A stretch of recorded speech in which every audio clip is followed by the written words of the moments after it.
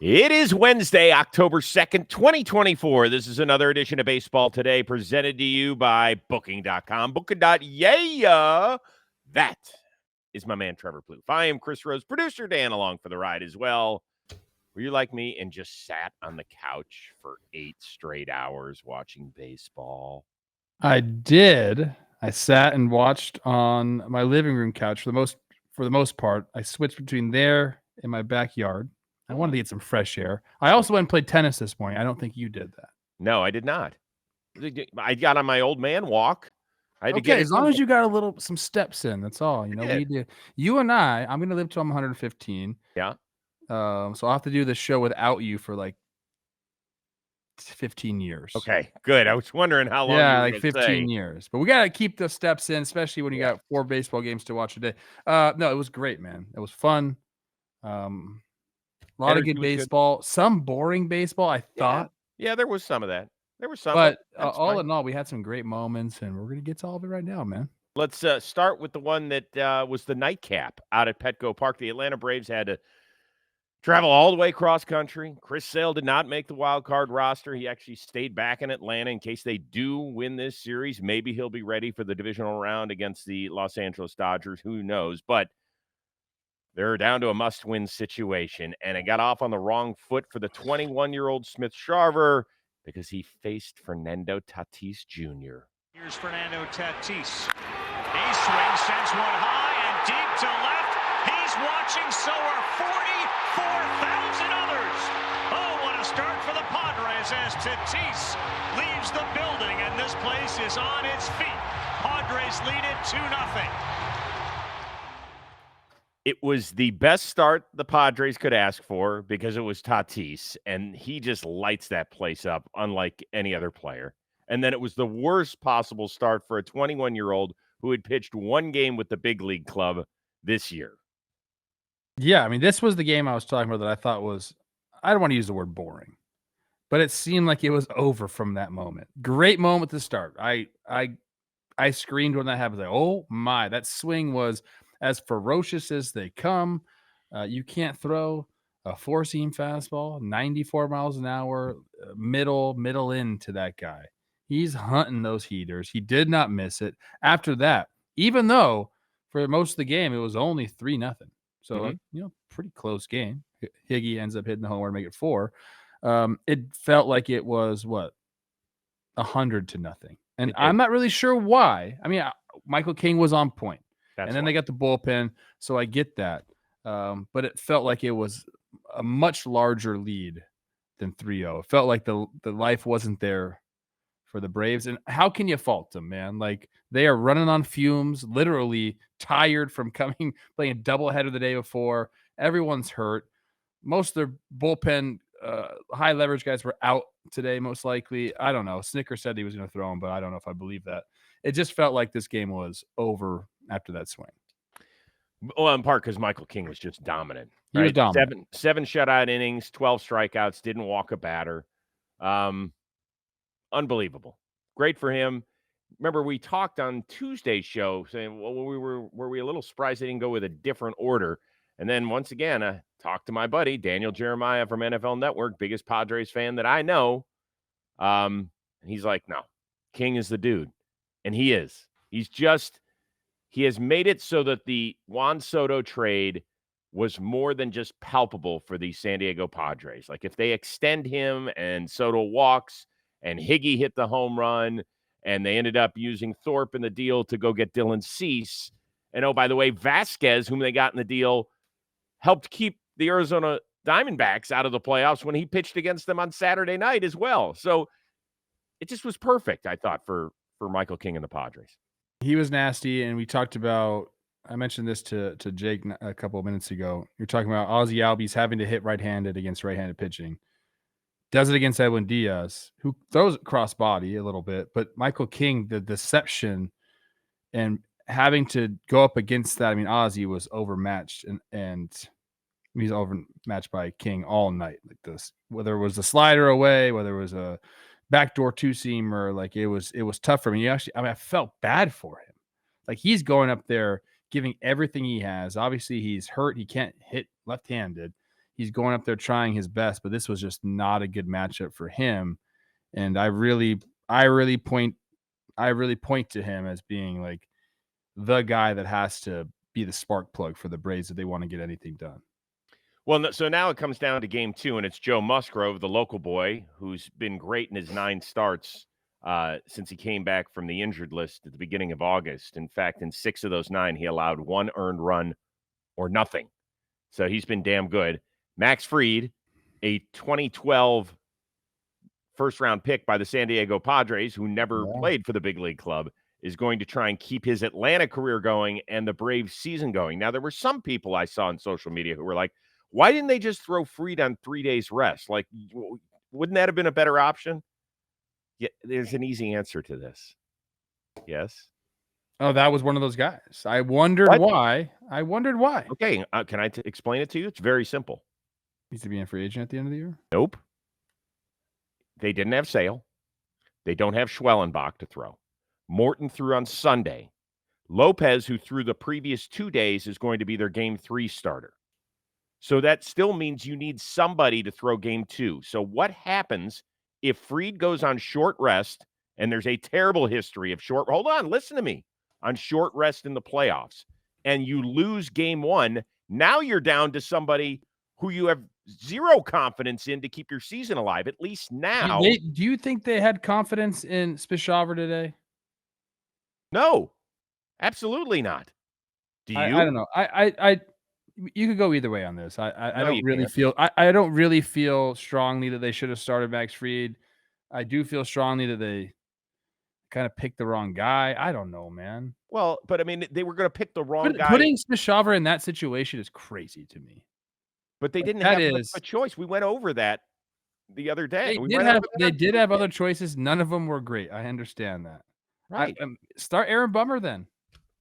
Start Jesse Chavez. I don't know. Somebody that's at least been in the big leagues that doesn't come up and all of a sudden is shell-shocked by the crowd in San Diego and battling Luis Ariz and serving up a homer to Fernando Tatis Jr. I mean, put yourself in that guy's shoes. That's a daunting task, and it wasn't going to work out. That's why I said this game it felt over from the get-go, Chris. Okay, so I agree with you that they could have gone with an experienced guy as the opener and hoped that they could have gotten some length out of Smith-Shawver.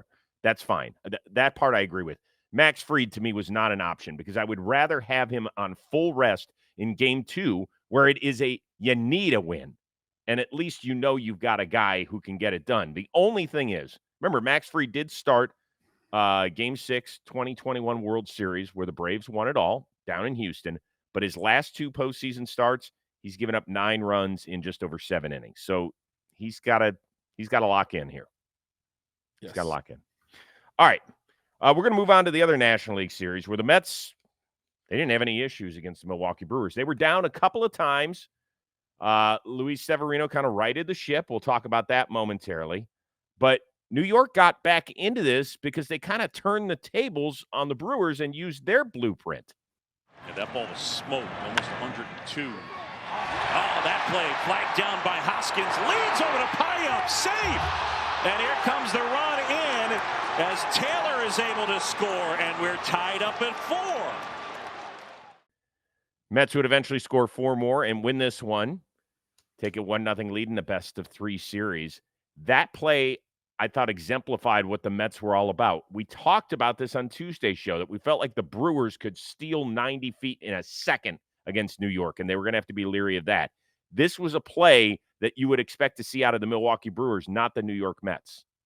I agree completely. I think that they kind of took what the Brewers were doing well all season long, and they've been kind of playing like that as of late. I think this was an excellent game. Definitely by the Mets. I think the Brewers played well, just a couple tough plays, like the Chiriot ball before that, where he takes a bat. I mean, after robbing a home run, essentially, doesn't catch the ball, the line drive to him. And then, your pitchers just got to cover first base, man. Dude, their brains go somewhere, don't they? It's crazy. Rhys Hoskins with an excellent play there. Flips it to him. Plenty of time, but you're not over there. That changes the dynamic of the game completely. And you have to give credit to the Mets for hustling, throughout this game, I thought my takeaway from that game was if you liked like good baseball, like that was the game for you. It was guys using the middle of the field, using the opposite field. It was guys taking the extra base when they could. Trio did it when nobody was covering second base. You saw Bryce Terang kind of running all over the place, putting pressure on the defense. It was a very, very good baseball game, and the Mets just did it a little bit better than the Brewers. The answer back innings were incredible. That's how you take the momentum back. You know, you give up 2 in the first, go score 3 in the second. They put together great at bats. I thought both teams did a pretty good job of that. It was that one inning just got away from the Brewers, and it was very uncharacteristic of them because they're one of, if not the best defensive team in all of baseball, and it's just your pitcher like brain cramp. Luis Severino was excellent, I thought. Gave up 2 in the first, felt like he was getting squeezed a little bit early on. You could see it on his face. He thought he was. I don't know if he was actually getting squeezed. Yeah, he thought he was getting squeezed. Yeah. And he doesn't have a great playoff history. No. You know, he's had some ups, but a lot of downs. And I thought this was a huge 6 innings that he gave the Mets. Just kind of allowed them to grab a breather, get through all the craziness that they've been through over the last 7 to 10 days. That was awesome. Let's flip it to the other side. The Milwaukee Brewers. Freddie Peralta is your dude. He threw 68 pitches through 4 innings, and he got pulled. Here is Peralta and his skipper on the decision. It's not the first time. It happened in the past too. I don't understand the reason that I was took out of the game, but there's nothing I can do about it. And in the moment too, they just came and like, you done. That's it. That's a good outing for Freddie. He was very emotional. So those 70 pitches are a little different when it's that much emotion. You buying that from Pat Murphy? I feel like this is the first time almost all season that we've kind of questioned what they're doing there, right? We've applauded his effort with this lack of a starting pitching staff and how he's handled the bullpen. So I feel like it's a little tough for me to say, man, what are you doing? You got to leave your guy in there. I know that's their guy. That's like their, you know, they have a couple starting pitchers. He's the ace right there. But this is a formula that's worked for them all season long. It didn't work out today, but they've had a lot of success with it. So I don't know. He gave his reasons. You can go and have hindsight and say, hey, obviously, you know, it was the wrong decision. Keep him in there. But again, I just think this is what they've been doing. And he's trusting their formula, and it bit him today. And it's okay. You could say he made a wrong decision, but this is his formula, and I think he would do it again. I really do. Well, this is the one time of year, October, where we really get to scrutinize managers. Yes. And it strictly comes down to pitching decisions. Leaving a Dude, guy if Trio catches that ball or Piams covers the base, we're not Absolutely. talking about this. Well, yeah, we might not be.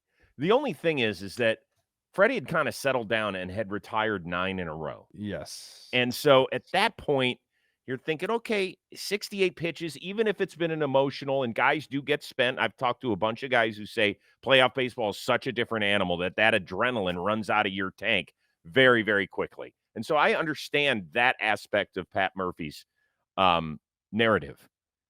But man, oh man, 15 outs to get from your bullpen doesn't sound like a ton, especially when your bullpen has been as locked down as Milwaukee's has this year.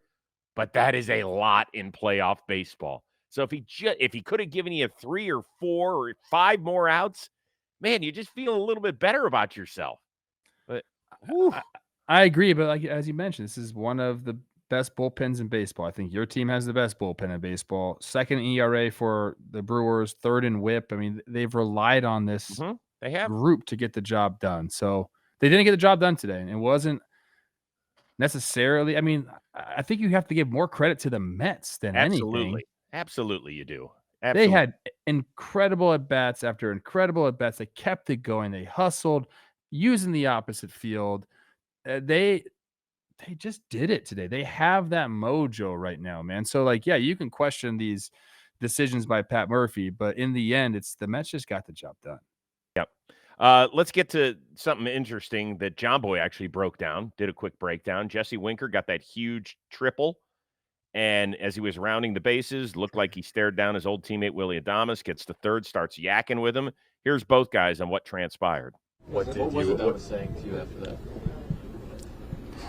Nothing. What were you saying to him?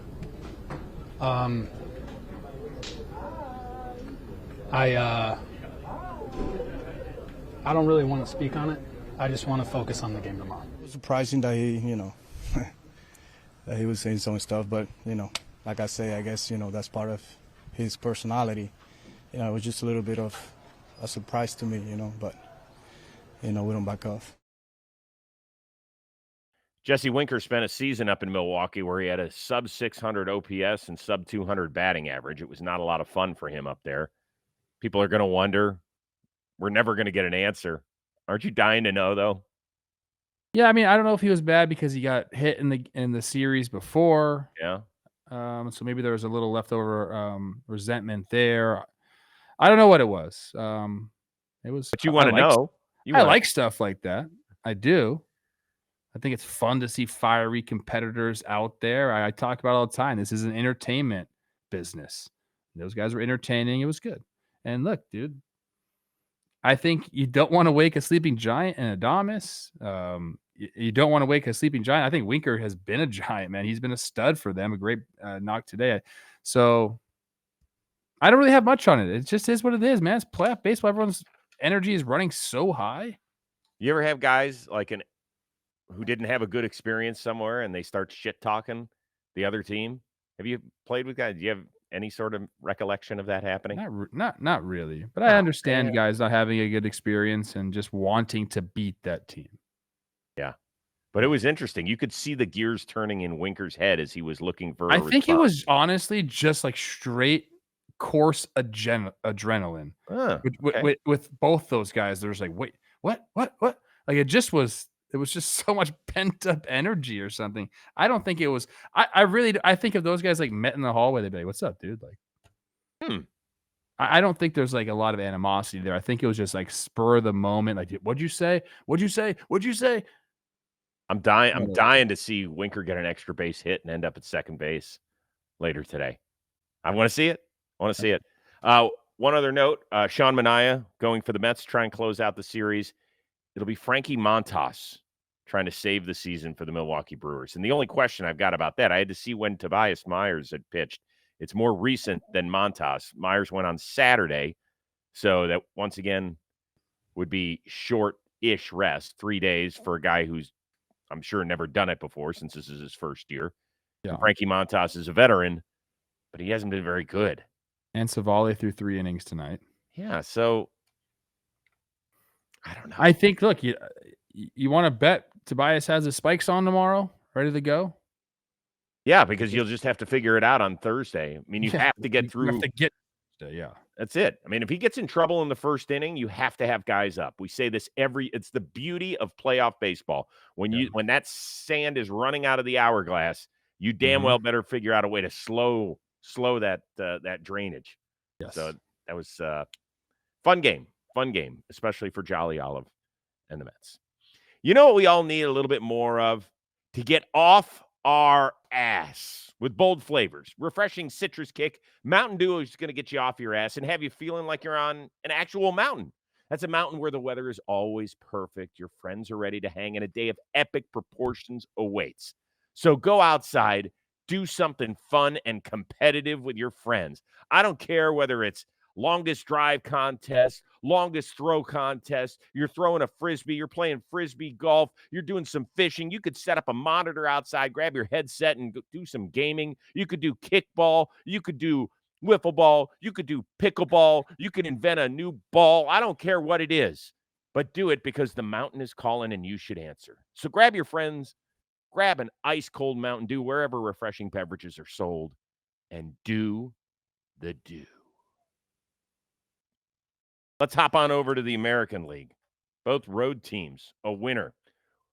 We'll start it off where the day started on Tuesday down in Houston.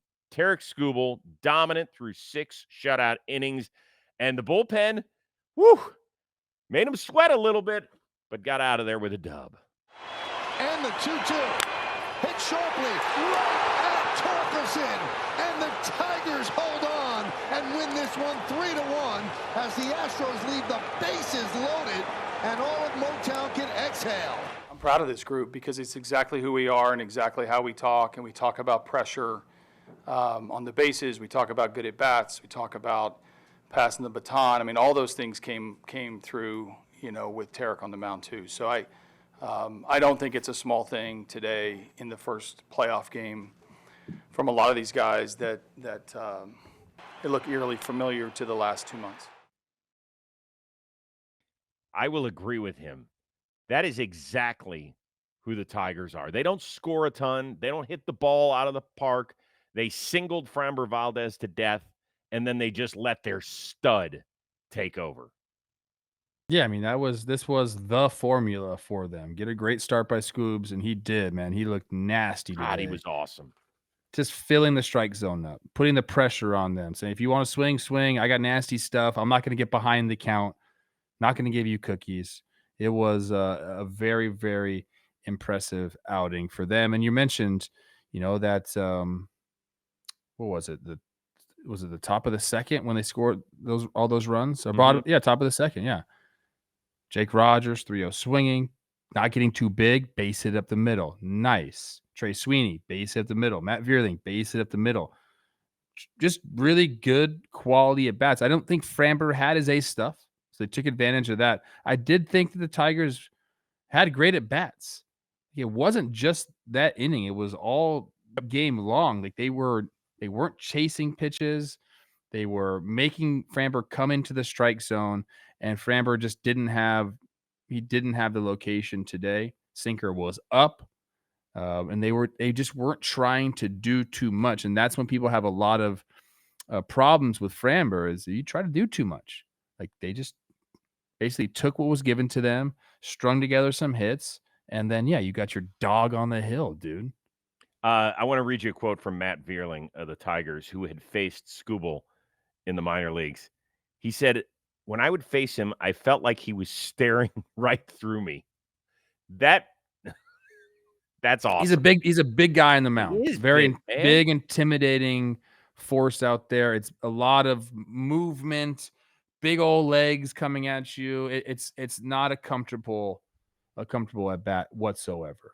And once again, I've talked up the bullpen over the last several weeks for Detroit, and it is so impressive because they're actually going to start a bullpen guy in Holton here in Game 2. He came in and he threw 2 pitches, so he faced one batter and did his job. I thought Will Vest was incredible. I've seen him pitch a handful of times this year. Tigers fans, you can tell me if that wasn't the best he's looked all year, then I don't want to see it because he got 5 outs, 4 of them by strikeout, and it was just like when you can rely on a bunch of different arms. Brisky's looked great. He got him out of trouble. Foley is the one guy I had worried a little bit about. He's a little bit of a landmine dodger out there. I think, give the Tigers their flowers. I thought that they had to win Game 1 or this wasn't going to be a series. I don't think it's over. I think the Astros, number one, Yordan looks healthy enough, which is a good thing for them. I don't think he can run very much, but in the box, he looks great. And then I think, and I said this to Jake, I think them putting together that rally in the 9th stole a little bit of the Tigers' momentum. They could bring that over into the next game. Say, if Foley's on the mound, we know we can get him. If Brisky's on the mound, we know we can get him. Like that's. I mean, they're going to run a bullpen game out there tomorrow, and putting the work on them and getting, the winning run to the plate, and dude, I mean, 6 inches, a foot away from tying that baseball game up, essentially. With the Hayward at bat, I think that's good for the Astros. A lot of these series, or most of them, whoever wins Game 1 sweeps, and there's no Game 3. I don't feel that way. I just don't think that's going to happen with the Astros tomorrow. I think they're going to come out.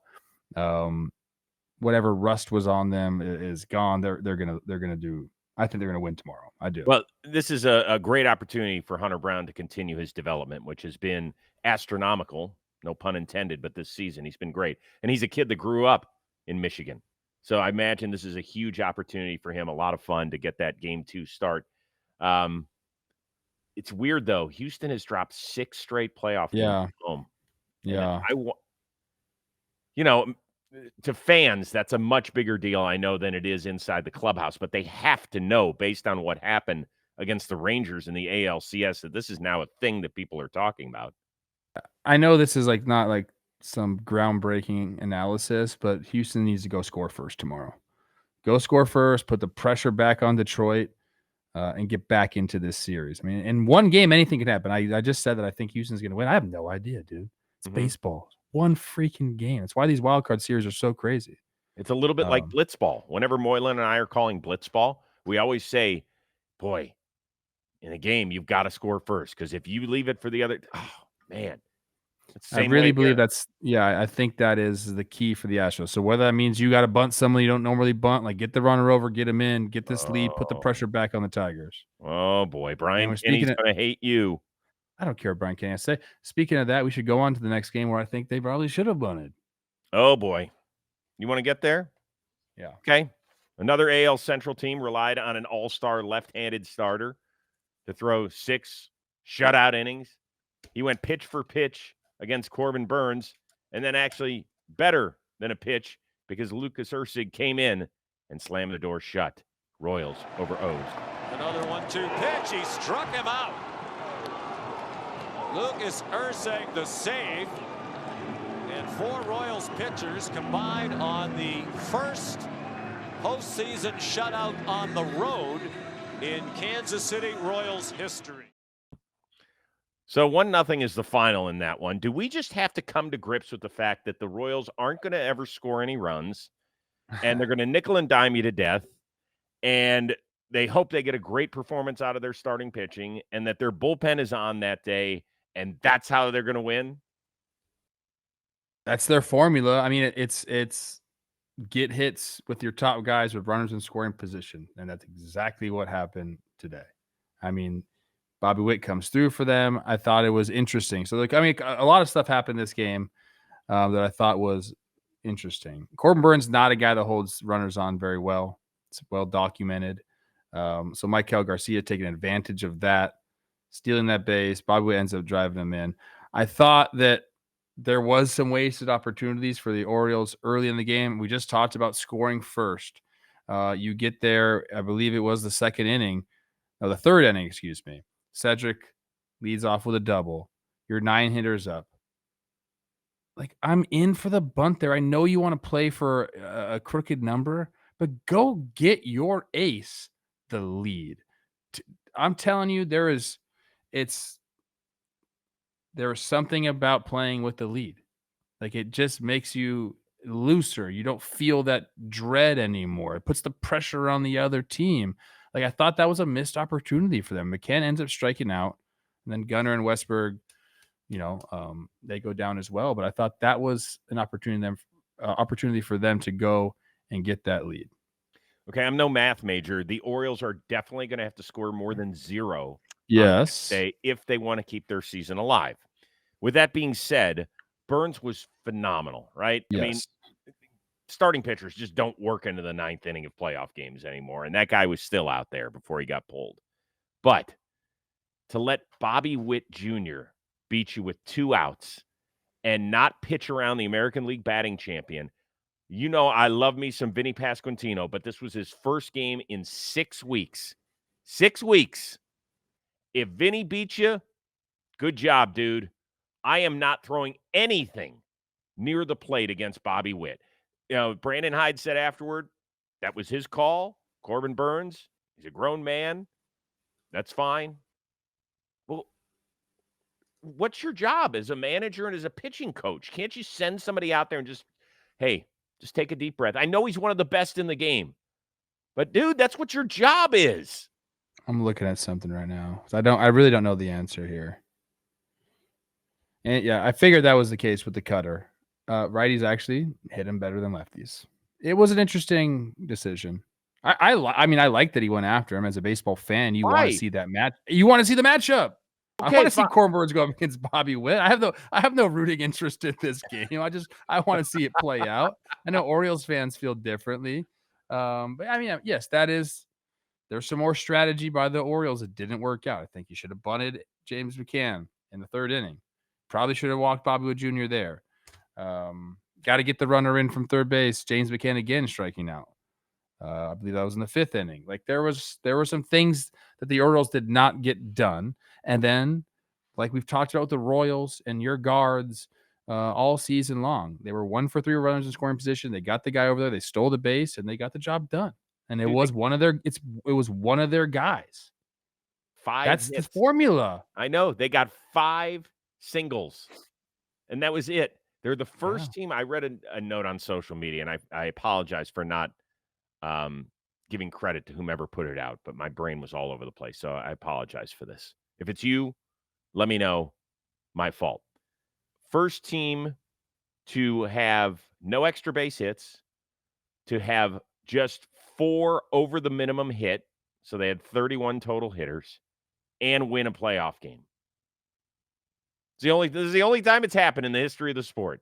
That is it. And the reason the Royals dropped 9 of 13 down the stretch and kind of walked in the back door because they couldn't hit without Vinny Pasquantino in that lineup. Yeah. And they don't care. They do not care.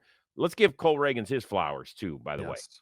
I mean, freaking awesome. And what's the deal with the left-handed stud pitchers from the American League Central cramping up in game 1? It happened to both Skubal and Reagans. What happened? I don't really know, man. A lefty pitcher thing again? What do you gotta do? Like bananas and pickle juice? Is that what it is? Yes. Kawasaki told us that monkeys never cramp. Doesn't Elvis, didn't he like peanut butter sandwiches with pickle on them or something weird like that? Sure did. I don't know. Yeah. Long live the king. Reagans was great. He was awesome. Just phenomenal. Kept them off balance. And now the Orioles are scrambling again, just like they were last year against the Texas Rangers. Chris, we talked about this coming into this series. Like neither of these teams were playing great baseball coming into the playoffs. No. And it kind of showed. You know the last time the Orioles won a playoff game? 2014. That's good. 12. 2012. They've lost 10 straight. It's rough. That bothers the fans. Once again, I don't know if the players must know that again. They have to, right? I don't know. They probably don't know that. It's probably been said to them a few times, but then most of these guys were not in the organization in 2012. So now it's Lugo against Eflin. Eflin's been really good since he came over in that trade from Tampa Bay, and Seth Lugo's he's going to finish top 5 Cy Young this year.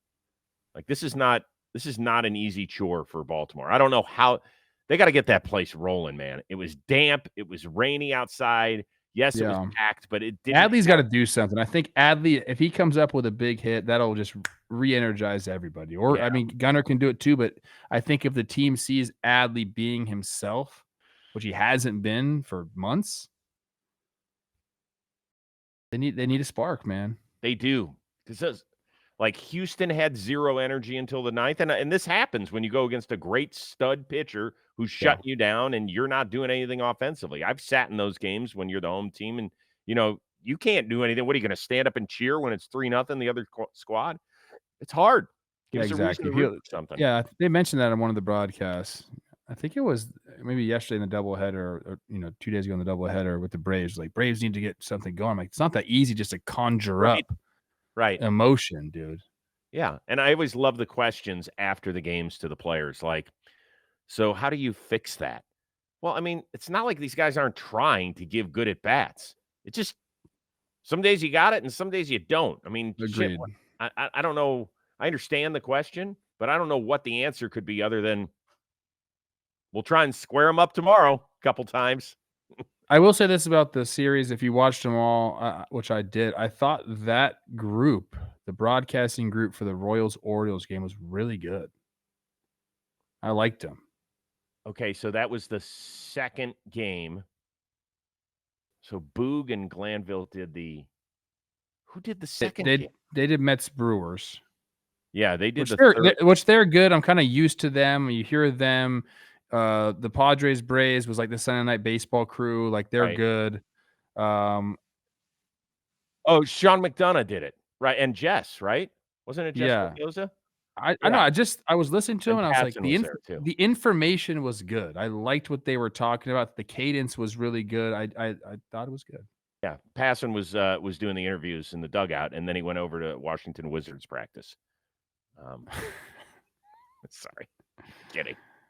This episode of Baseball Today is brought to you by Booking.com, the official accommodation partner of Major League Baseball. Booking.com, Booking.yeah. Baseball playoffs here. What does that mean for you? Time to explore those U.S. cities you always secretly wanted to learn more about. Yeah, we're talking about your baseball rival cities. Hotels, bed and breakfast, vacation rentals, resorts, so much more available on Booking.com. You might just find the perfect stay for this postseason and even in your baseball rival cities. So you want to make a trip? Your team advances to the divisional round and is already there. Once you find out where you want to head, go book. It's a blast. I've seen my then Indians play on the road, Wrigley Field, first World Series game at that venue since 1945. Had a blast. They ended up taking 2 or 3 in the Windy City. Rest of it, I've kind of erased from my memory. But the point is, I had the time of my life because there's nothing like watching your team win on the road. From hotels that overlook stadiums to family-friendly resorts to cute little bed and breakfasts, Booking.com has so many choices across this great country of ours.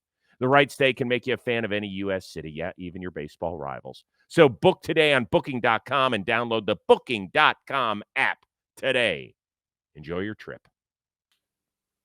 Look who returned home.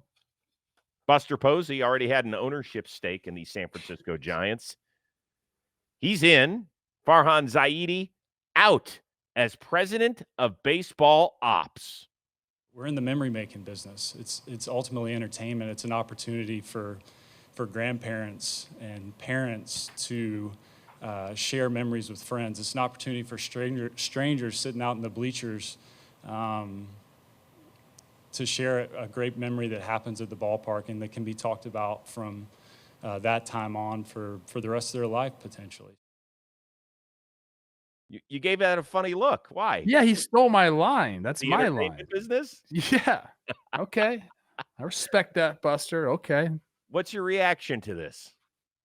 I think it's crazy. I mean, I'm happy for the guy. That's quite the transition. You talk about ownership group to president of baseball ops. He's running the freaking show. Mm-hmm. He's 37 years old, Chris. You own part of the team. You're running the baseball part of the business. You are running it. You are the head honcho.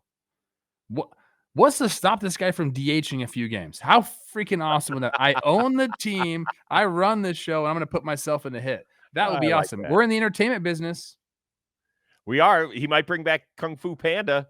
Start selling that shit. He's said a lot of the right things. Exactly. And I think he's been able to understand, like there's some quotes here, him talking about, he wants to hire a new GM that has a background in scouting because he thinks the right way to go about it is marrying, the eye test with the data, which I think is great. I think we need more of that centrist attitude in our baseball decisions. You can't be on either side. You have to be in the middle there to be successful in today's game. I truly, truly believe that. So I'm excited about it. I think it's cool, dude. I didn't know he was only 37. It makes me feel like, what have I done with my life? But okay. I'm excited to see it. I am somewhat skeptical. I am. Guy has never sat down and negotiated deals on a consistent. He did it with Matt Chapman. I did. He was in the house. He was the closer, apparently. He finished that deal with Scott Boras, which is awesome.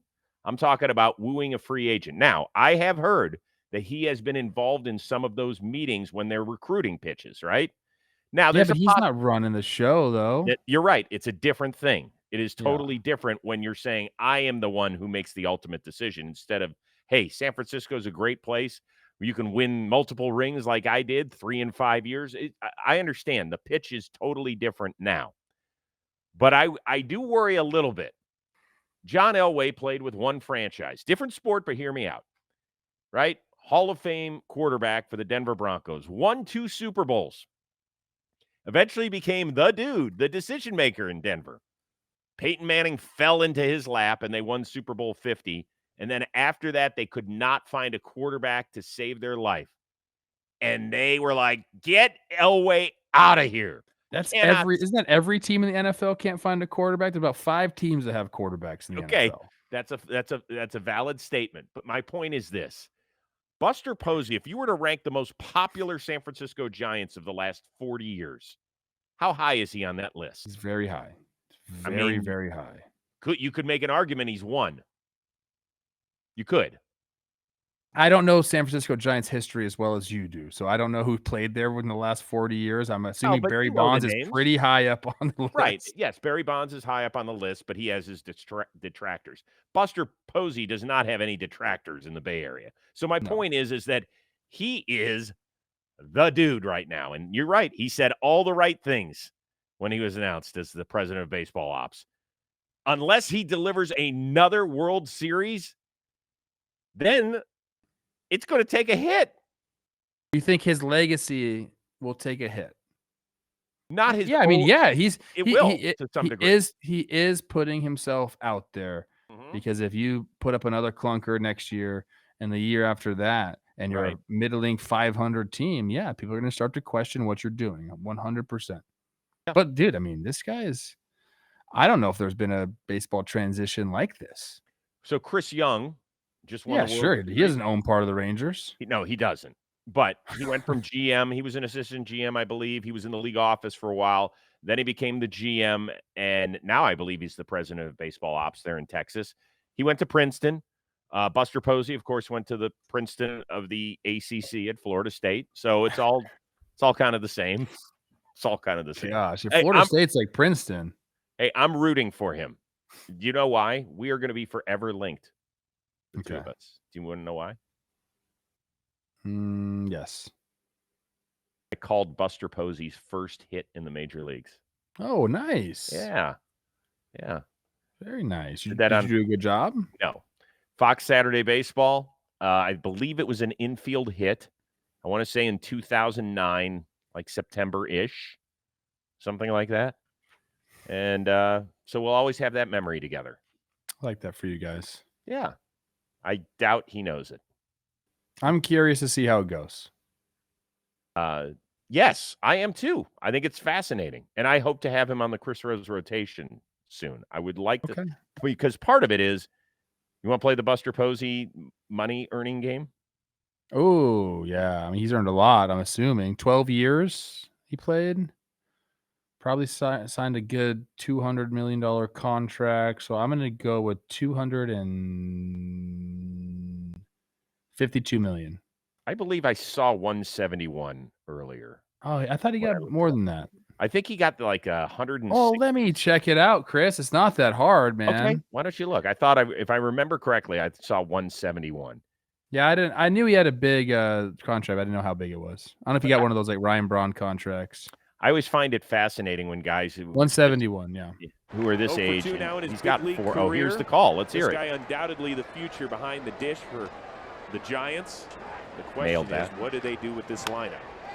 And there is the first big league hit by Buster Posey. Little flare to right. Okay. Not terrible. That was more than a flare to right, Chris. That's a nice little line drive. Flare. Yeah. I think you nailed it. It was fine. I will admit this. I was not great at calling baseball games. There were times I was terrified up in the booth. It's a very difficult play-by-play is very, very difficult. Being a color guy, I think you would crush being a color guy. Oh, I'd love it. I wish we could just talk shit like we do when we watch baseball games. That'd be more fun.